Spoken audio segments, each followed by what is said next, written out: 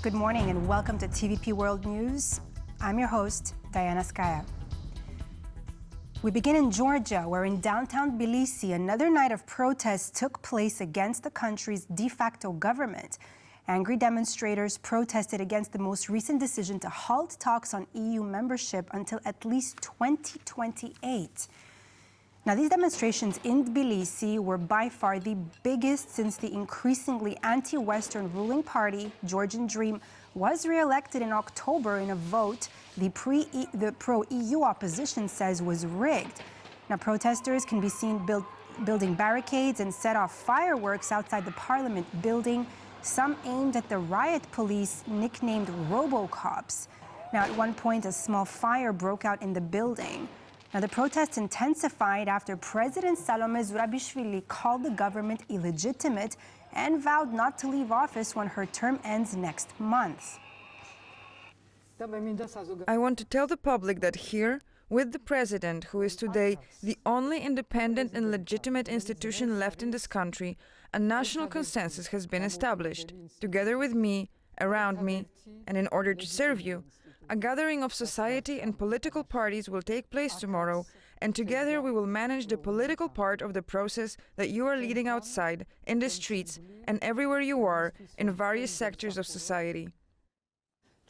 We will do this work together. We will represent the future that we will soon achieve through new elections. A new Georgia that will reclaim its European path, independence, and most importantly, its free path of development, which we will not give to anyone. Tomorrow we will meet again. Tomorrow, those whom I have invited and with whom I will lead this political process will be with me, because I remain your president. There is no legitimate parliament. Therefore, an illegitimate parliament cannot elect a new president. Thus, there can be no inauguration, and my mandate continues until there is a legitimately elected parliament that will legitimately elect someone to replace me. And now moving on to Romania, where 18 million Romanians are eligible to cast their votes in today's Romanian general elections. Now, polling stations open at 7 a.m. local time and will remain open until 9 p.m. this evening. Now, our correspondent, Pavel Chaskovsky, is on site. Pavel, good morning. What is the situation in Bucharest this morning? Well, the question that everybody is asking is whether Romanians will vote anti-system today, just like they did last week in the first round of presidential elections. 250,000 Romanians have already voted in today's general elections. The general elections that are also happening on the Great Union Day, the national holiday for Romanians when they celebrate the great unification of the country in 1918. But the political scene in Romania is far from being unified today. When I spoke to some experts and Romanians, there was a feeling that there is a strong anti-system sentiment, but there is a variety of anti-system parties that Romanians can vote for. First of all, there is the Our Party, the Alliance for the Union of Romanians, which is heading the polls with 22% of the vote.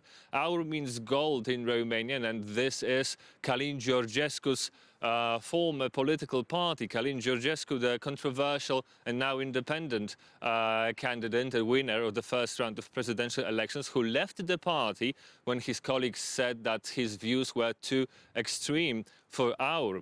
But apart from Our, Romanians can also choose from two more extreme right political parties, SOS Romania and Party of the Youth. Now, the Party of the Youth is not Călin Georgescu's political party, but this is a political party that strongly endorses Georgescu as a candidate. So it is believed that maybe this is the party to take some of the 23% share of votes that Georgescu got in the first round of presidential elections. However, both parties, SOS Romania and Party of the Youth, struggle now to reach the 5% threshold that is required for a political party to enter Romanian parliament. However, as the events from the last week show, everything is now possible in Romanian politics.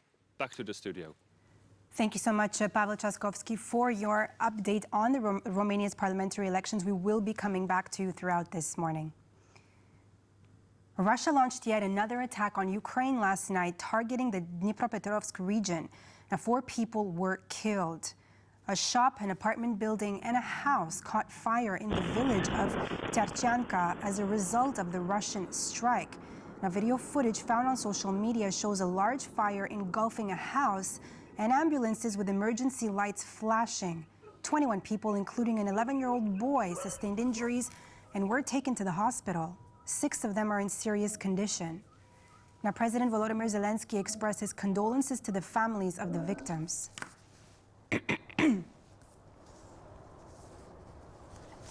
President Volodymyr Zelensky said in a recent interview that he would consider ending the war if Ukraine was admitted into NATO.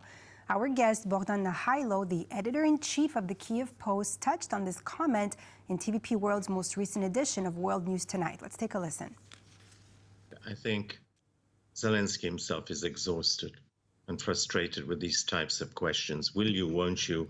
What are you prepared to give up? We need you to make peace. Are you prepared to compromise? If so, what will you do? And look, he didn't volunteer that information himself. He was pressed in that interview with Sky News to talk about this. It was not something, it wasn't a declaration, hey folks, I have a new position to announce to you. It was reluctantly said, under pressure, more or less to say to the West in particular, not aimed at Russia, you are pressing us. We realize you're tired. We realize that there's change in Washington and you are looking for a solution. The bottom line is, if you want to force us to diplomatically through arms embargoes or whatever, to compromise and deal with what we have, then the bottom line is, A, you continue to recognize the sovereignty and territorial integrity of Ukraine. And for the moment, if you want to freeze the conflict, okay, freeze it with giving us the right to continue diplomatically to try and retrieve our territories. But in the meantime, give us the security guarantees that we want, not on paper, as happened decades ago, but NATO membership. Following Kyiv's decision to decriminalize desertion from the army for first offenders, granted they return to the front lines, dozens of former soldiers are picking up their weapons again. Now, as Ukrainians are close to entering nearly 3 years of constant war, morale among soldiers has been reported to be lower than expected. As Kyiv fights for its right to complete sovereignty from Moscow, whose troops relentlessly throw themselves at towns and cities across Ukraine, the armed forces of Ukraine struggle to keep their soldiers from leaving their posts. One such soldier is Oleksandr, who gave up his rifle and uniform to rejoin his family without permission to do so from his superiors. For that, he could face up to 10 years in prison. My brother is schizophrenic. His condition had become dangerous. He had become a threat to my neighbors. So I went home. Apart from my brother and mother, I have no one else. Oleksandr is not an exception. Sergei, a soldier who used to serve in the artillery unit in Kramatorsk, left the army due to chronic back pain, as well as difficulties in his marriage. He was caught during a random documents check a year later. To avoid persecution, he will return to his post. I am not a robber, a bandit, or a murderer. I will go back to fight. To be honest, I have no regrets. I lived a little, and now my one wish is to see my mother and sister. Following a wave of desertions, the government in Kyiv decided to give first offenders a second chance. They can completely nullify their sentences if they return to their unit and fight for Ukraine. Higher-ranking officers in the army agree that things need to change, and that more medical attention and longer periods of leave could deter people from deserting. A canal that feeds water to 2 coal-fired power plants, which power almost all of Kosovo, has been damaged by an explosion. Now, local residents and authorities believe the act of sabotage could have been orchestrated by neighboring Serbia, Belgrade, however, has denied these claims.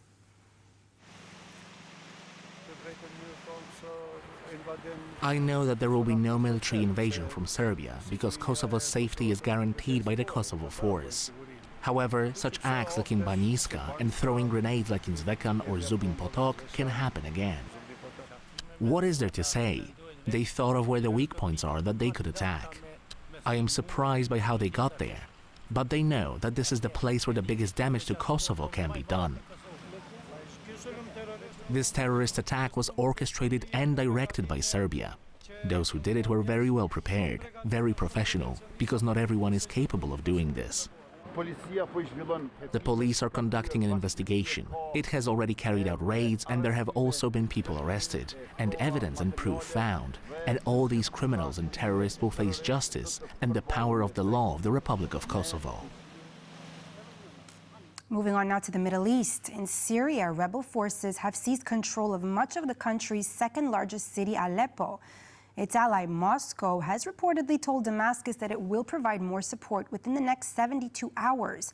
Analysts are weighing how extra demands on Russia's military resources might affect its war effort in Ukraine. Rebels cheer as a statue of President Bashar al-Assad's brother is torn down after a lightning offensive in northern Syria. It rolled into the country's second largest city in the early hours of Saturday. The surprise attack coming 8 years after Russian and Iranian-backed government troops forced them out. Syria's army says dozens of its soldiers died trying to fight the advance, which is being seen as the greatest test of the al-Assad regime in years. Analysts say Russia is scrambling to support Syrian forces. I think the whole offensive, the whole gains would have not been possible if Russia intervened at the beginning fastly.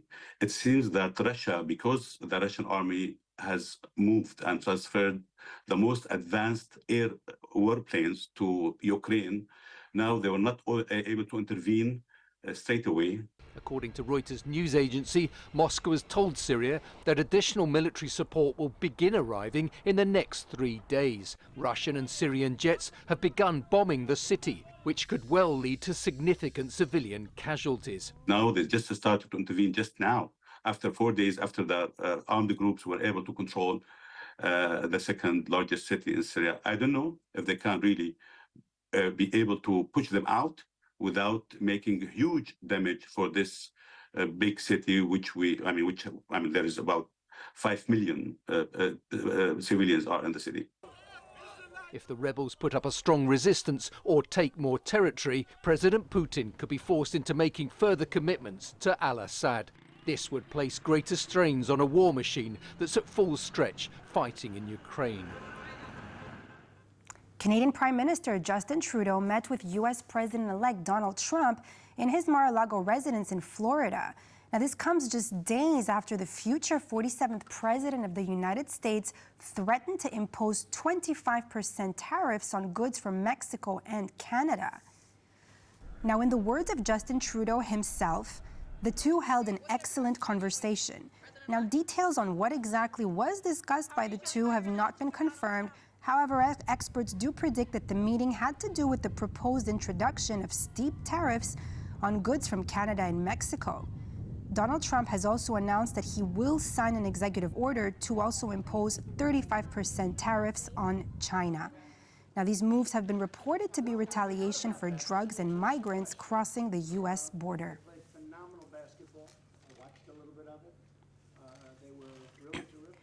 After 18 years of construction, halted numerous times due to financial issues and archaeological discoveries, the Thessaloniki Metro system is finally ready. Now, residents of Greece's second largest city can now not only get around town in a flash, but also see ancient artifacts while waiting for their train to arrive. While most major cities in the world have a metro system, not many can claim to have one built on the remains of an authentic Byzantine-era market. A section was found, a large section of the major central road of Thessaloniki, of the Decumanus Maximus from the Roman period, or of the so-called avenue during the Byzantine era, approximately 75 meters long, which is the same size as the metro station. The ancient structure, alongside other treasures lost to time, were discovered after construction of the metro was started in 2006. Preserving the archaeological site, as well as financial troubles stemming from the Greek 2009 to 2018 debt crisis, prolonged the construction of the subway system for the next 18 years. The first of the two problems was resolved by digging deeper than initially planned, as the metro now resides a whole 31 meters underground. Now, Thessalonians can boast about having one of the most unique metro stations in the world. And that's all for this first edition of World News here on TVP World. Don't go away. Up next, an interview on the situation unfolding in Georgia. Stay tuned.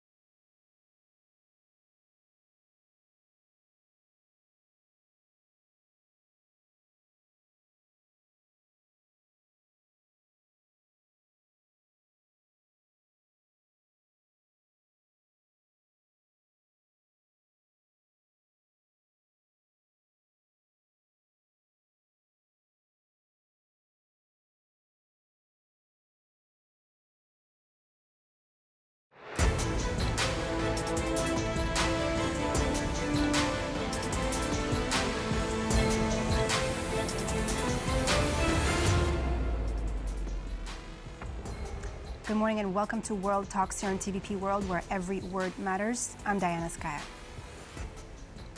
October elections won by the Georgian Dream pro-Russia ruling party have been contested by the opposition.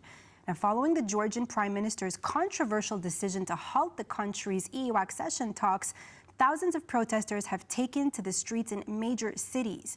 These demonstrations were met with a violent crackdown by police, and the country's president has vowed to stay in office. What's next for Georgia? To discuss the unfolding situation, I'm joined by George Menashvili, founder and president of the Europe-Georgia Institute. Good morning, sir, and thank you so much for being with us here on TVP World Talks this morning. Well, I can't say it's a good morning, but morning it is. So, George, before we get into anything else, take us through, please, what is the current situation on the ground with these protests? How are these demonstrations unfolding since the past few days, from last night, today? What is going on right now? Well, it has been a sleepless night, definitely. It was a very violent night again. The illegitimate government resorts to illegal means. They're trying to silence Georgians who are fighting for the constitution of Georgia, who are fighting for the European choice. We've seen lots of scenes of violence. We've seen special forces without any markings, without any affiliations, beating protesters, trying to frighten the people. We've seen lots of threats from the ruling party. And in general, the situation is not ideal, definitely. We're witnessing outstanding resilience of the Georgian people. We're witnessing the Georgian public who is protesting not only in the capital city, but also in Batumi, in Kutaisi, in all smaller cities, the cities that have not seen protests so far. The government is trying to invite more police from the regions, and we've seen police vehicles coming to the capital city. And definitely the police has been using excessive force against peaceful protesters. We've seen water cannons that have been also mixed with pepper spray. That's a very tough combination. It makes breathing almost impossible.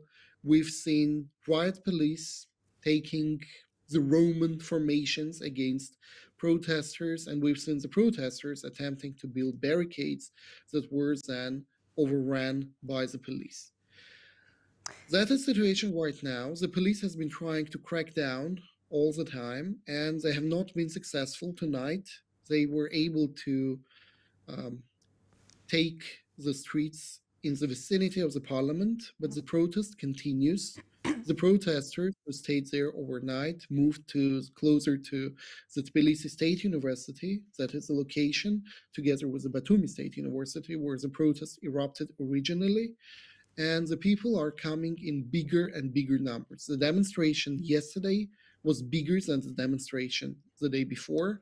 And despite these crackdowns, despite the violence that you're witnessing on screen, the people are coming in bigger and bigger numbers. George, tell me though, what are the possible outcome of these protests in the near future, and of course in the longer term, in short term and long term? Well, the demands of the protesters are very obvious. It is elections that needs to be implemented in a more professional, neutral way. The main demand is a new election. The Georgian Dream Party, it is trying to utilize the Belarus scenarios. They're trying to break the spine of the Georgian public. They're trying to eliminate the willingness of the Georgian public to protest. But they're not very successful, as we're witnessing. The protesters are becoming more and more creative, and the police is getting more and more violent. The cases of attacks on journalists are a very, very clear indication that the ruling party does not want these events to be broadcasted. They're trying to hide as much as they can. The propaganda machine of the government is very coherent, and they're trying to hide all these facts from the people who are watching the most popular channels. So what do you mean by hiding? Sorry, George, let me interrupt you there. You're saying that they're hiding. So what is the government how is the government responding to these protests that are becoming quite frankly, completely chaotic? The protests, well, what the government is trying to do is they have a very strong propaganda machine. This propaganda machine is not broadcasting the levels of violence. That's why yesterday the people were protesting in front of the Georgia's national broadcaster. And eventually they were able to get airtime. And they demanded these videos of police brutality, videos of police violence, of police beating people who were lying on the ground to be broadcasted live. The biggest propaganda channel, Imedi, it is trying to spin these events. It is blaming radicals. It is inventing conspiracies and trying to portray the protesters as radical minority who is trying to, who is fighting against the constitutional order, which is of course not true. The protests have been peaceful, and all the cases of violence were originally instigated by the brutality from the police and the excessive use of force, as has been reported by the OSCE, ODIHR, and other organizations as well. So that's what the party is trying to do. They're trying to create parallel reality where nothing extraordinary is happening. They're trying to gaslight the Georgian public. And that's what Georgian Dream has been doing all along. They have been gaslighting the Georgian public that somehow Georgian Dream was coming closer to the EU. They have been gaslighting Georgian public that everything is fine. And this gaslighting is continuing even now, even when we're seeing all of these videos. George, now, President Zurabishvili said that she is going to keep her role as president, despite, of course, Georgia's newly elected parliament saying that it would choose her replacement on the 14th of December. Now, how realistic is this scenario? What could happen in between? The president has already announced the creation of a council together with the society and political parties. This council will be announced probably later today. Since both opposition and the president consider the parliament illegitimate, the parliament cannot select the president. So it makes sense that the only legitimate institution in this country, which is right now the president, remains in power.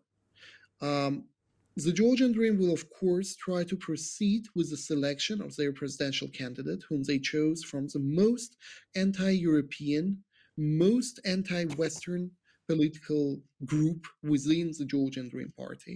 Originally, Georgian Dream tried to create an anti-Western political party. Then this party did not show any electoral results. They would not be able to crumble over the barrier. So the Georgian Dream had to reintegrate this party into the Georgian Dream again. So that's what they have been doing. And now they're selecting this person from this anti-Western, anti-democratic, anti-Georgian political force to be a president who is totally incompetent for this position. So what the opposition is trying to do is they're trying to consolidate the protest. We've seen public officials, we've seen resignation of a number of Georgian ambassadors, and I do hope that the Georgian ambassador in Poland will also follow the suit, because that's the only thing that political appointees, the Georgian ambassadors, can do. So do you think that would, sorry, George, just you said something very interesting there about all these diplomats resigning, leaving their posts. Do you think that may have an impact on the future of Georgian elections and the entire situation as it unfolds? It has an impact on those people first and foremost. If there is a person who has dignity left, of course they need to resign. We've seen the Georgian ambassador to the United States resigning. We've seen the Georgian ambassador in Bulgaria resigning. We've seen the ambassador in the Netherlands resigning as well. It is a political act from political appointees, and the representatives of Georgia abroad, they are the highest political appointees of this country in foreign nations. So of course we're expecting them to follow the suit. And if the people who are in Tbilisi, who are working for the government, have enough courage to do this, of course that is our expectation from the appointees abroad as well. That's what's going on right now. We've seen Georgian businesses also condemning excessive violence. We've seen the biggest telecommunication companies, Makti and Silknet, also joining the suit. We've seen smaller businesses joining the protest and providing the people. So the situation is evolving very rapidly. And the participation of the people who are working for the government. We've seen letters from the appointees from the Ministry of Justice, from the Ministry of Foreign Affairs, from other state agencies who were all condemning the violence and condemning the pro-Russian turn of the Georgian government. George, you mentioned here, of course, the pro-Russian here. How do you see the trajectory of Russian and Georgian relations in the near future, given this entire situation, and also given that parts of Georgia, of course, are occupied by Russia? We've seen the reaction from Russian President Putin on the announcement of the Georgian Prime Minister regarding suspension of the talks. It is crucial, and we're witnessing it very well, that Russia is very happy with all of it. Russia is definitely supporting the Georgian Dream government right now. Their actions, they are pro-Russian by their nature, and it doesn't actually matter whether or not these people are directly controlled from Kremlin or receiving orders from there. What they're doing is exactly in line with what Russia wants.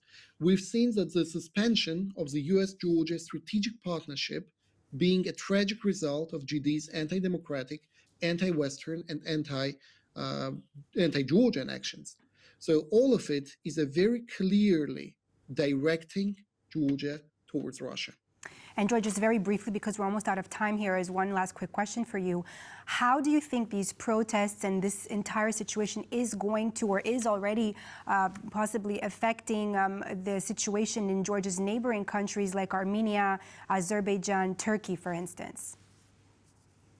Turkey and Azerbaijan are less affected because their dependency on Georgia is much less, but Armenia is probably the country which is suffering most, because we've recently seen attempts from Armenia to get closer to the European Union. We've seen lots of initiatives, both from the EU and Armenian government, to get closer and decrease Russian influence in the region and Armenia's dependency on Russia.